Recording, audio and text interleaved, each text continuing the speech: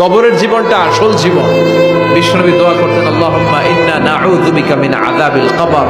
আল্লাহ, আমি আপনার কাছে কবরের আযাব থেকে পানাহ চাই, কবরের আযাব থেকে বাঁচতে চাই। এই কবরের মধ্যে অনেক ফিতনা হবে, অনেক সুয়াল হবে। কবরে প্রশ্ন আছে না নাই? কথা বলেন।